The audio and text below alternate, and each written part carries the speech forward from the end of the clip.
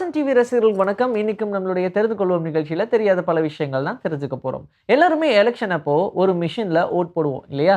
EVM machine அப்படின்னு சொல்லுவாங்க. இந்த இவிஎம் அப்படின்ற மிஷினையே கண்டுபிடிச்சது, இந்த ஐடியாவே வந்தது அப்படின்னா அது சுஜாதா அப்படின்ற ரைட்டர் கிட்ட இருந்து தான். இவரை நமக்கு ரொம்ப பரிச்சயமா தெரியும். ஏன்னா அந்நியன், சிவாஜி, எந்திரன் இந்த மாதிரி சங்கர் அவருடைய எந்த படம் எடுத்தாலும் இவர் தான் அதற்கு எழுத்தாளராக இருந்திருப்பாரு. இவருடைய நாவல்லாம் பெரிய ஹிட் அப்படின்னு சொல்லலாம். ஆனா அதெல்லாம் தாண்டி இவர் ஒரு நல்ல டெக் பர்சன். அதனாலேயே இந்த மிஷனை இவர் தான் ஐடியா கொடுத்தாரு, ஐடென்டிஃபை பண்ணாரு. அண்ட் இதுக்கு ஒரு மிக முக்கியமான காரணமாகவும் இப்போ வரைக்கும் இருக்காரு. டாட்டாய்ஸ் எல்லாமே ஸ்விம் பண்ண முடியுமான்னு கேட்டால் சில பேர் எஸ்ன்னு சொல்லுவாங்க, சில பேர் நோ அப்படின்னு சொல்லுவாங்க. ஏன்னா டாட்டாய் ஸ்விம் பண்ணாது, டர்ட்டில் ஸ்விம் பண்ணும். கடல் ஆமைகள் அப்படின்னு சொல்லக்கூடிய அந்த வகையான ஆமைகள் மட்டும் ஸ்விம் பண்ணும். இது நிலத்துல ஊர்ந்து போச்சு அப்படின்னா ரொம்ப ஸ்லோவாக தான் போகும். அதுவே இதால கடல்ல ரொம்ப வேகமா நீச்சல் அடிக்க முடியும் அப்படின்னு சொல்றாங்க. எந்த அளவுக்குன்னா ஹியூமன்ஸை விட 4 மடங்கு வேகமா அதோடைய எக்ஸ்ட்ரீமுக்கு போக முடியும்னு சொல்றாங்க.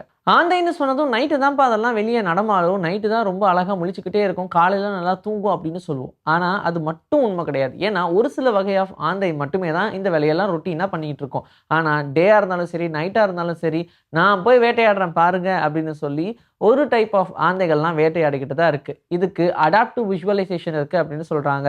இரவில் அதுக்கு தேவையான அளவுக்கு கண்ணு தெரியும், பகல்ல அதுக்கு தேவையான அளவுக்கு கண்ணு தெரியும். ஹியூமன் அளவுக்கு ரொம்ப அக்யூரசியான பார்வை பகல்ல இருக்காது அப்படின்னு சொன்னாலும் அதோடைய இரையை வேட்டையாடுற அளவுக்கு அதுக்கான அக்யூரசி இருக்குமா, அதுக்கான வெளிச்சமும் இருக்குமா, அதுக்கு எவ்வளோ வெளிச்சம் வேணும் அப்படின்றது அதோடைய கண்ணில் அதுவாகவே டிசைட் பண்ணிக்கக்கூடிய ஒரு கெப்பாசிட்டியும் ஆந்தைகளுக்கு இருக்கு. ரோட்லலாம் எங்கேயாச்சும் பர்ஸு கிடந்துச்சு வச்சுக்கோங்க, நம்ம என்ன பண்ணுவோம், அந்த பர்ஸை எடுத்து பார்ப்போம். ஒரு சில நல்ல உள்ளங்கள்லாம் கொண்டு போய் போலீஸ் ஸ்டேஷனில் கொடுப்போம் அப்படின்னு சொல்லி கொடுத்துருவாங்க. இல்லைன்னா அதில் ஏதாவது காண்டாக்ட் நம்பர் இருந்தால் ட்ரை பண்ணி அதுக்கெல்லாம் நம்ம ஃபோன் பண்ணி சொல்லுவோம். ஆனால் இந்த பர்சன் நம்ம ஒப்படைச்சதுக்கப்புறம் அவங்க நமக்கு என்ன கொடுப்பாங்க, தேங்க்யூ அப்படின்ற ஒரு வார்த்தை மட்டும் கொடுப்பாங்க, வாங்கிட்டு வீட்டுக்கு போயிடுவோம். ஆனால் ஜப்பானில் ஒரு வேளை இப்படி ஒரு பர்ஸு கிடந்து அந்த பர்ஸை நீங்கள் எடுத்து கொடுத்துருக்கீங்கன்னு வச்சுக்கோங்க, அப்போது உங்களுக்கு தேவையான ஒரு அமௌண்ட்டை அந்த பர்ஸோடைய ஓனர் கொடுக்கணும். இது பர்ஸ் மட்டும் கிடையாது, எவ்வளோ வேல்யூபிளான திங்க் அவங்க தொலைச்சிருந்தாலும் அந்த திங்கை எடுத்து அவங்க ஒரு வேளை கொடுக்குறீங்க அப்படின்னா அதுக்கான ரெமினரேஷனை அவங்க கிட்ட இருந்து நீங்கள் கலெக்ட் பண்ணிக்கலாம் அப்படின்றது ஜப்பானுடைய ரூல்லே இருக்குது. அப்படின்னா ஒரு வேளை நீங்கள் ரொம்ப விலை உயர்ந்த ஒரு பொருள் அவங்களுக்காக கொடுக்குறீங்கன்னா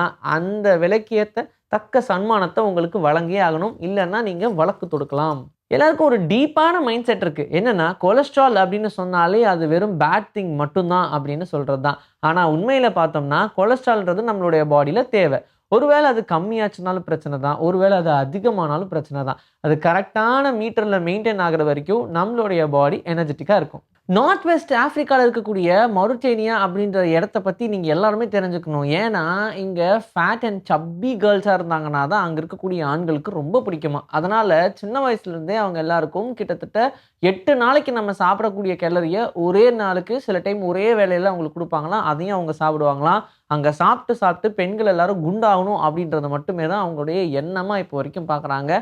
அங்கே யாரெல்லாம் ரொம்ப சப்பியாக இருக்காங்களோ அவங்கெல்லாம் தான் லக்கியஸ்ட் பர்சன் அண்ட் எல்லாருமே அவங்கள லவ் பண்ணுவாங்க அப்படின்ற ஒரு நம்பிக்கையும் அங்கே இருக்குது. அதுக்கேற்ற மாதிரியே அங்கே இருக்கக்கூடிய ஆண்களும் பெண்கள் எல்லாமே உடல் பருமனாக இருந்தால் மட்டும்தான் அவங்க கல்யாணமே பண்ணிக்கிறதுக்கு சம்மதிக்கிறாங்களாம். ப்ரெக்னெண்ட்டாக இருக்கிற ஒருத்தங்க அமெரிக்காவுக்கு ஃப்ளைட்டில் ட்ராவல் பண்ணுறாங்கன்னு வச்சுக்கோங்க. ஒருவேளை அங்கேயே குழந்தை பிறந்துருச்சு அப்படின்னா அந்த குழந்தை அமெரிக்கன் சிட்டிசனாக தான் ஆகும். ஏன்னா அந்த குழந்தை பிறந்ததுன்னும் அமெரிக்காவில், ஈவன் அவங்களுடைய பர்த் சர்டிஃபிகேட்டில் கூட அமெரிக்கன் சிட்டிசன் அப்படின்னு தான் வரும். அப்படி வந்துருச்சுன்னா நம்ம ஒரு என்ஆர்ஐயாக இருப்போம்ல வளர்ந்ததுக்கப்புறம் அப்படின்ற மாதிரியான எண்ணம் தான் வரும். இன்றைக்கி நம்மளுடைய தெரிந்து கொள்வோம் நிகழ்ச்சியில் தெரியாத பல விஷயங்கள் தெரிஞ்சுக்கிட்டோம். இதே மாதிரி சூப்பரான கண்டென்ட்டோட உங்களை நான் வந்து சந்திக்கிறேன். This is bye from Vijay Sri. Take care.